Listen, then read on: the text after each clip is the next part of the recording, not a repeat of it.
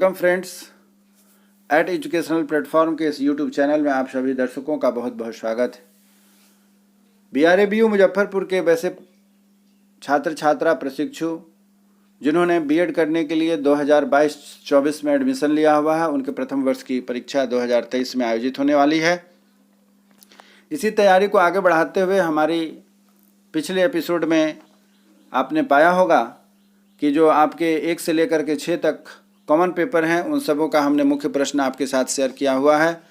और आगे आज जो हम लोग चर्चा करने जा रहे हैं वह आपका 7th A पेपर, जो कि मुख्य रूप से पेडागोजी पेपर, आपका मेथड पेपर होता है, उस पर आज हम लोग चर्चा करने जा रहे हैं। चर्चा को आगे बढ़ाने से पहले एक बात कहना चाहता हूं कि यदि आप हमारे इस यूट्यूब चैनल पर नए हैं तो कृपया सब्सक्राइब करें, जिससे कि जो भी नोटिफिकेशन आपकी परीक्षा से संबंधित, आपकी तैयारी तथा शिक्षा और रोजगार से जुड़ी हुई सूचना होंगी, उसकी सूचना आपको सबसे पहले मिलेगी नोटिफिकेशन के द्वारा। और यदि पुराने हैं तो हमारे इस वीडियो को आखिरी तक आराम से देखें। वैसे छात्र छात्रा प्रशिक्षु जो पेडागोजी ऑफ आर्ट्स से जुड़े हुए हैं, आज का हमारा एपिसोड आर्ट्स पेपर पर आधारित है, जिसमें हम लोग चर्चा करेंगे pedagogy of history, pedagogy of home science, pedagogy of geography तथा पेडागोजी ऑफ सिविक्स। इसी प्रकार से कॉमर्स के पेपर्स के भी पेडागोजी होंगे, आपके लिटरेचर्स के भी होंगे, साइंस के भी होंगे। उम्मीद करता हूं कि हमारा यह प्रयास आपको अच्छा लगेगा तथा आप हमारे इस चैनल को सब्सक्राइब करेंगे, जिससे कि आगे आने वाली जो भी सूचना शिक्षा और रोजगार से क्षेत्र से होगी वह आपको सबसे पहले नोटिफिकेशन के द्वारा पहुँचे, यही उम्मीद करता हूँ तथा आगे बढ़ता हूँ। आज का जो हमारा यह पेपर है, इसे हम लोग पेडागोजी को 7A के नाम से जानते हैं, क्योंकि यह फर्स्ट ईयर का पेपर है, मेथड पेपर है। इसे हम 7A के नाम से जानते हैं तथा पेडागोजी का यह पेपर है, मेथड पेपर भी इसे कहीं कहीं कहा जाता है। दूसरी बात यहाँ यह है कि यह पेपर आपके 50 नंबर के होते हैं, इसे आपको जानकारी होनी चाहिए। 50 नंबर के जो यह पेपर होते हैं, जैसा कि मैंने यहाँ पर 40 + 10 लिखा हुआ है, अर्थात 40 नंबर आपकी थ्योरी होंगी, जिसके लिए मैंने आज अपनी इस वीडियो में आपको सहयोग करने के लिए प्रयास किया हुआ है, तथा 10 नंबर असाइनमेंट में होगा, जो आपके महाविद्यालय द्वारा आपको प्रदान किया जाएगा। टोटल यह पेपर 50 नंबर का होता है। इसमें आपके 3 यूनिट होते हैं और 3 यूनिट से 2-2 प्रश्न होंगे, अर्थात प्रश्नों की संख्या 6 होंगी और सभी में से आपको एक प्रश्न के जवाब देने हैं, अर्थात 3 प्रश्नों के जवाब देने हैं। तो कुल मिलाकर के आपको 40 नंबर के लिए 3 प्रश्नों के जवाब देने हैं। 3 यूनिट में आपके क्वेश्चंस होंगे और 6 टोटल प्रश्न होंगे। इस तरीके से आपके इस सभी पेडागोजी पेपर की मार्क्स डिस्ट्रीब्यूशन रहेंगी। अब आगे बढ़ते हैं हम लोग, जिसमें कि आज चर्चा करने जा रहे हैं वह pedagogy of history. Pedagogy of history अर्थात method paper of the history क्या है, उस पर हम लोग चर्चा करते हैं। तो जिसका पहला प्रश्न है कि इतिहास शिक्षण की किन्हीं 3 विधियों के बारे में लिखें। इतिहास शिक्षण की किन्हीं 3 विधियों के बारे में लिखिए। इसी तरीके के दूसरे प्रश्न बनते हैं, जिसके बारे में आपको बताता हूँ। वह कहता है कि शिक्षण प्रविधि किसे कहते हैं। इतिहास शिक्षण के विभिन्न प्रविधियों का विस्तार से उल्लेख करें। इसी पर आधारित और भी क्वेश्चन, अलग पैटर्न के क्वेश्चन बनते हैं। कक्ष में सामाजिक अध्ययन को पढ़ाने की उपयुक्त विधियों की व्याख्या करें। तो इस प्रकार से शिक्षण विधियों पर आधारित आपने देखा कि 3 तरह के प्रश्न बनते हैं, और भी तरह के प्रश्न बन सकते हैं। यह जो मैंने बताने का प्रयास किया है कि इस तरीके के प्रश्न आपके शिक्षा जगत से, शिक्षण से जुड़ते हैं, विधियों शिक्षण विधि से जुड़ी हुई आती है। नेक्स्ट क्वेश्चन है कि श्रव्य दृश्य सामग्री से परिचय स्पष्ट करें। श्रव्य दृश्य सामग्री से परिचय स्पष्ट करें। क्या इसकी सहायता से सामाजिक अध्ययन की अच्छी पढ़ाई हो सकती है। यह आप ध्यान दीजिएगा कि आपके टीचिंग लर्निंग मटेरियल TLM पर आधारित यह प्रश्न है। आपके TLM पर आधारित जो यह प्रश्न है, उस पर ऑडियो विजुअल, जिसको कहते हैं ऑडियो और विजुअल, ऑडियो वीडियो दोनों होता है, जिसे ऑडियो विजुअल कहते हैं, उसी पर आधारित यह प्रश्न है कि श्रव्य और दृश्य सामग्री से परिचय स्पष्ट करें। क्या इसकी सहायता से सामाजिक अध्ययन की अच्छी पढ़ाई हो सकती है। और जैसा कि TLM पर आधारित है, तो उसी तरह एक और इससे क्वेश्चन है जुड़ा हुआ कि इतिहास शिक्षण में ICT की भूमिका का मूल्यांकन करें। इतिहास शिक्षण में ICT की भूमिका का मूल्यांकन करें। यह आपके TLM पर आधारित प्रश्न है। इसी प्रकार आपका तीसरा प्रश्न बनता है वह कि सामाजिक अध्ययन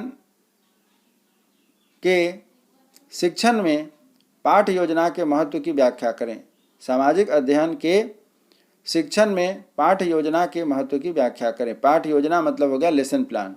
सामाजिक अध्ययन में शिक्षण के लिए पाठ योजना अर्थात लेसन प्लान कितना उपयोगी है, इस पर आपको अपना विचार देना है, व्याख्या करना है। चौथा प्रश्न है कि एक अच्छी इतिहास की पाठ्य पुस्तक की विभिन्न विशेषताओं का उल्लेख करें। एक अच्छी इतिहास की पाठ्य पुस्तक की विभिन्न विशेषताओं का उल्लेख करें। इस तरीके से हमारा चौथा प्रश्न पूरा होता है। पांचवा प्रश्न कहता है कि पाठ्यक्रम का अर्थ एवं सिद्धांत का वर्णन करें।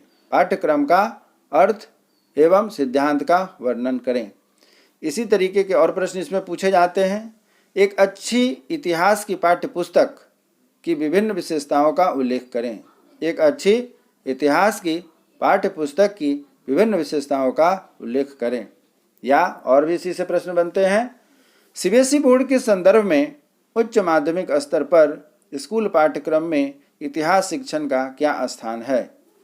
सीबीएसई बोर्ड के संदर्भ में उच्च माध्यमिक स्तर पर स्कूल पाठ्यक्रम में इतिहास शिक्षण का क्या स्थान है। और दूसरे तरीके से भी प्रश्न पूछा गया है, उसे भी आप समझ लीजिए। माध्यमिक स्तर पर इतिहास शिक्षण के व्यवहारिक एवं अनुदेशात्मक उद्देश्यों का वर्णन करें। माध्यमिक स्तर पर इतिहास शिक्षण के व्यवहारिक एवं अनुदेशात्मक उद्देश्यों का वर्णन करें। यह थे प्रश्न नंबर 5।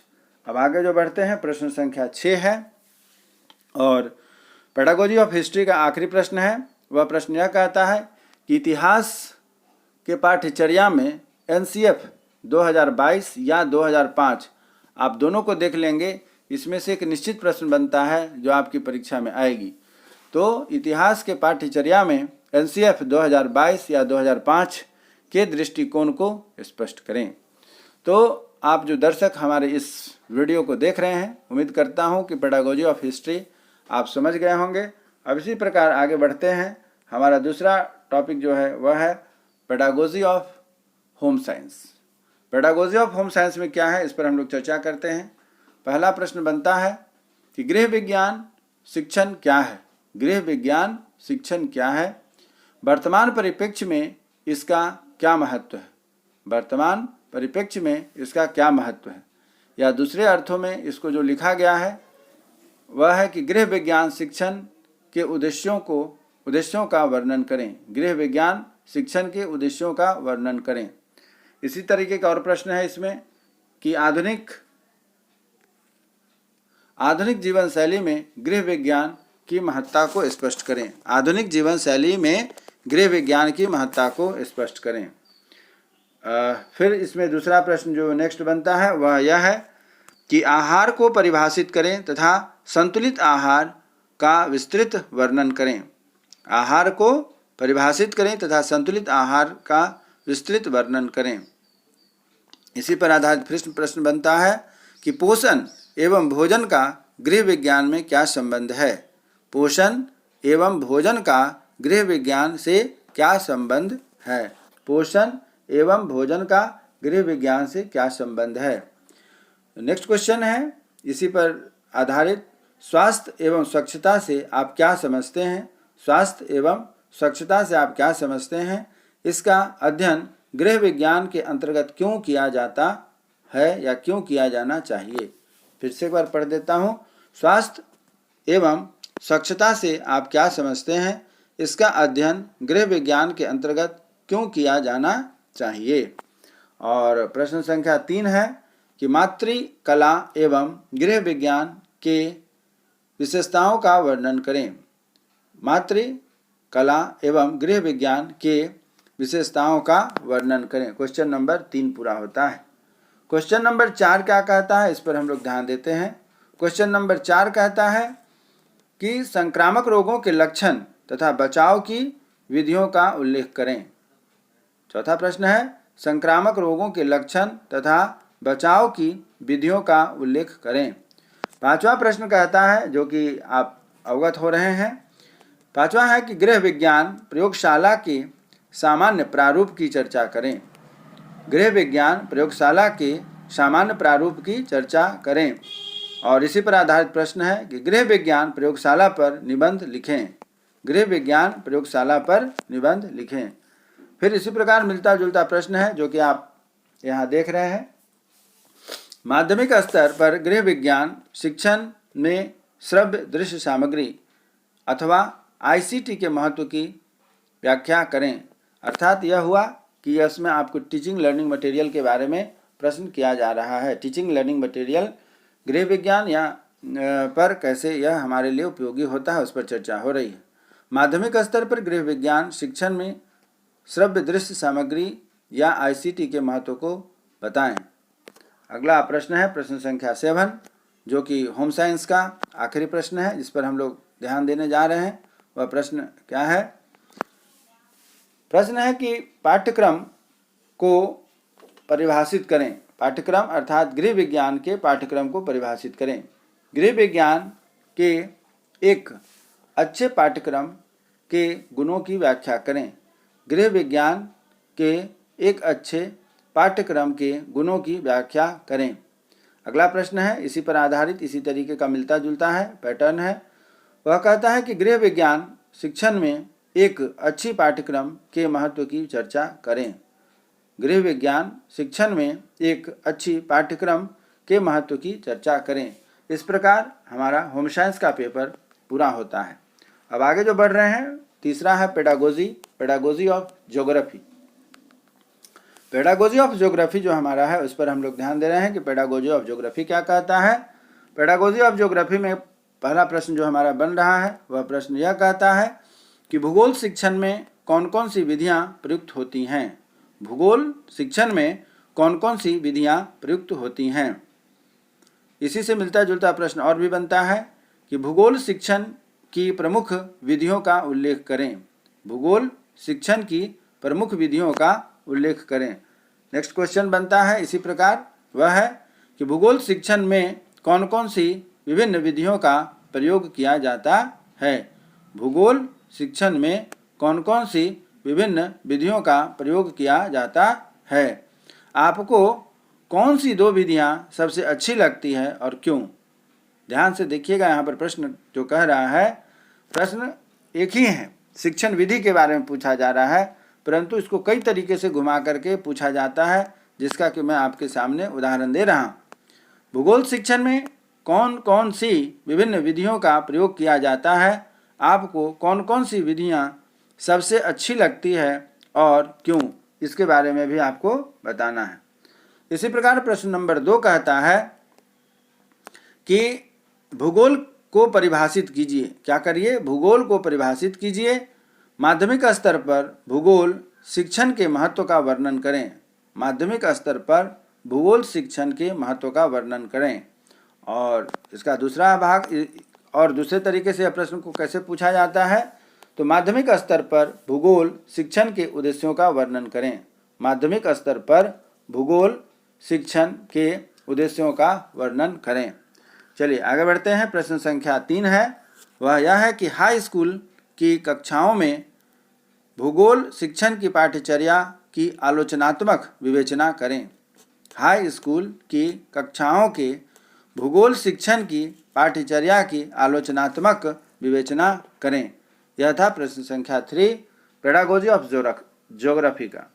आगे है प्रश्न संख्या 4, पाठ्यपुस्तक क्या है।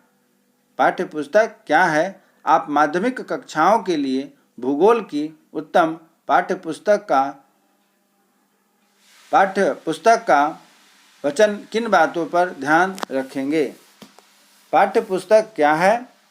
आप माध्यमिक कक्षाओं के लिए भूगोल की उत्तम पाठ्यपुस्तक का जो चयन करेंगे, चयन यहाँ पर थोड़ा मिस्टेक हो गया है, जो आप देख रहे हैं पुस्तकों का चयन होना चाहिए, वचन लिखा गया है। तो चयन किन बातों का ध्यान रखेंगे। इसी प्रकार से जो प्रश्न बनते हैं कि भूगोल शिक्षण में पाठ्यपुस्तक की उपयोगिता का वर्णन करें। भूगोल शिक्षण में पाठ्यपुस्तक की उपयोगिता का वर्णन करें। प्रश्न 4 पूरा हुआ। प्रश्न नंबर 5 है कि लक्ष्य और उद्देश्य में अंतर स्पष्ट करें। लक्ष्य और उद्देश्य में अंतर स्पष्ट करें तथा ब्लूम के अनुसार अनुदेशात्मक उद्देश्यों के वर्गीकरण की व्याख्या करें। 5वां प्रश्न कहता है कि लक्ष्य और उद्देश्य में अंतर स्पष्ट करें और ब्लूम के अनुसार अनुदेशात्मक उद्देश्यों के वर्गीकरण की व्याख्या करें। इसी प्रकार प्रश्न नंबर 6 जो कहता है वह यह है कि भूगोल शिक्षण के लिए एनसीएफ 2005 या एनसीएफ 2022 के विभिन्न सिफारिशों की व्याख्या करें।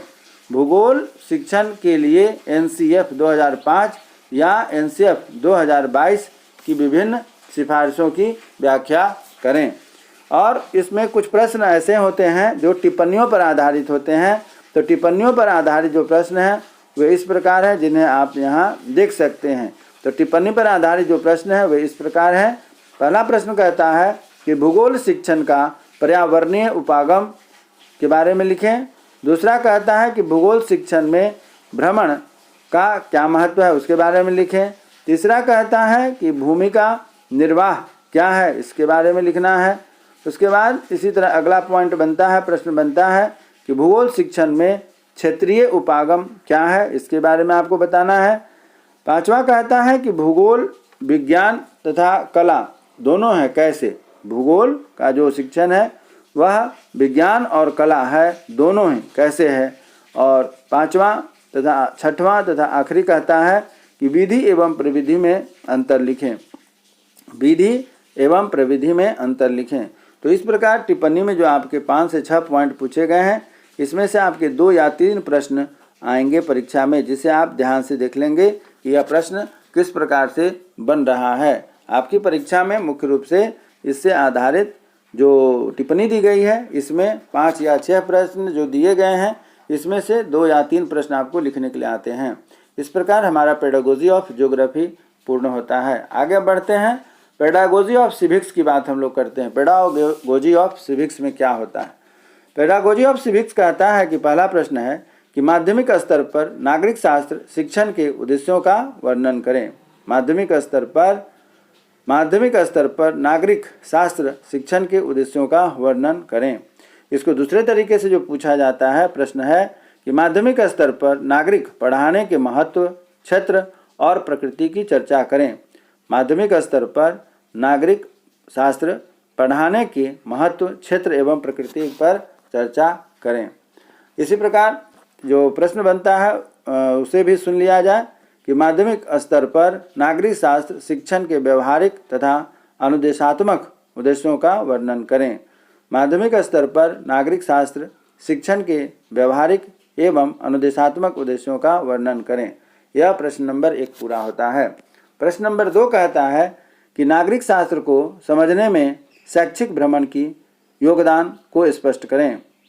नागरिक शास्त्र को समझने में शैक्षिक भ्रमण के योगदान को स्पष्ट करें। आगे है इसी तरीके का प्रश्न, नागरिक शास्त्र को समझने में शैक्षिक भ्रमण के योगदान को स्पष्ट करें। अर्थात इस तरीके से प्रश्न पूछे जाते हैं। तीसरा प्रश्न है कि नागरिक शास्त्र शिक्षण की प्रमुख विधियों का उल्लेख करें। नागरिक शास्त्र शिक्षण की प्रमुख विधियों का उल्लेख करें। या फिर नागरिक शास्त्र कला एवं विज्ञान दोनों है कैसे। नागरिक शास्त्र कला एवं विज्ञान दोनों है कैसे। और इसी से मिलता जुलता प्रश्न है कि नागरिक शास्त्र शिक्षण की किन्हीं 3 विधियों के बारे में लिखिए। नागरिक शास्त्र शिक्षण के किन्हीं 3 विधियों के बारे में लिखिए। यह आपके टीचिंग मेथड पर आधारित प्रश्न है। चौथा प्रश्न है कि नागरिक शास्त्र शिक्षण का अन्य सामाजिक विषयों से क्या सह संबंध है। नागरिक शास्त्र शिक्षण का अन्य सामाजिक विषयों के साथ क्या सह संबंध है, इस पर आपको बताना है। 5वां पॉइंट बनता है, 5वां प्रश्न है कि नागरिक शास्त्र का अर्थ एवं परिभाषा बताते हुए उनके महत्व का वर्णन करें। नागरिक शास्त्र का अर्थ एवं परिभाषा बताते हुए उनके महत्व का वर्णन करें। छठा प्रश्न कहता है कि पाठ्यक्रम विकास से क्या तात्पर्य है। पाठ्यक्रम विकास से क्या तात्पर्य है। इसी तरीके का प्रश्न है कि पाठ्यक्रम का अर्थ व सिद्धांतों का वर्णन करें। या फिर नागरिक शास्त्र पढ़ाने में पाठ्यक्रम के अर्थ और सिद्धांतों की व्याख्या करें, जिन्हें उचित उदाहरण के द्वारा समझाएं। नागरिक शास्त्र पढ़ाने में पाठ्यक्रम के अर्थ और सिद्धांतों की व्याख्या करें तथा उचित उदाहरण के द्वारा इसे समझाएं। 7वां प्रश्न कहता है कि सीबीएसई और आईसीएसई के संदर्भ में उच्च माध्यमिक स्तर पर स्कूल पाठ्यक्रम में नागरिक शास्त्र शिक्षण का क्या स्थान है। फिर से सुनिएगा, सीबीएसई और आईसीएसई के संदर्भ में उच्च माध्यमिक स्तर पर स्कूल पाठ्यक्रम में नागरिक शास्त्र शिक्षण का क्या स्थान है। या दूसरे अर्थों में इस प्रश्न को जो पूछा जाता है वह यह है कि नागरिक शास्त्र पढ़ाने में पाठ्य पुस्तकों की क्या भूमिका है। अपने स्वयं के उदाहरणों के माध्यम से नागरिक शास्त्र की पाठ्य पुस्तकों के गुणों की व्याख्या करें। नागरिक शास्त्र पढ़ाने में पाठ्य पुस्तकों की क्या भूमिका है। अपने स्वयं के उदाहरणों के माध्यम से नागरिक शास्त्र की पाठ्य पुस्तकों की गुणवत्ता की व्याख्या करें। तो आपने देखा कि यहाँ पर हमने pedagogy of civics, pedagogy of geography, pedagogy of home science तथा पेडागोजी ऑफ हिस्ट्री अर्थात पेडागोजी ऑफ आर्ट्स के जितने पेपर हैं उस पर हम लोगों ने, मेथड के जितने पेपर हैं उस पर हम लोगों ने यहाँ पर डिस्कशन किया। उम्मीद करता हूँ कि यह जो पेडागोजी ऑफ आर्ट्स का जो हमारा डिस्कशन है वह आपके लिए उपयोगी होगा, कारगर होगा तथा आप इससे लाभ उठाएंगे और आप हमारे साथ आगे बने भी रहेंगे, जिससे कि आपकी परीक्षा से संबंधित, रोजगार से संबंधित जो भी सूचना होगी उसे मैं आपके साथ लेकर के अगले एपिसोड में पुनः उपस्थित होऊंगा। इसी उम्मीद के साथ कि आप स्वस्थ रहें, मन लगा करके पढ़ें, एक अच्छे शिक्षक के गुण को विकसित करें तथा भारत के निर्माण में अपना सहयोग देने के लिए हमेशा तत्पर रहें, तैयार रहें तथा इसी इंतज़ार में कि फिर हमारी आपकी मुलाकात होगी। तब तक के लिए जय हिंद, जय भारत।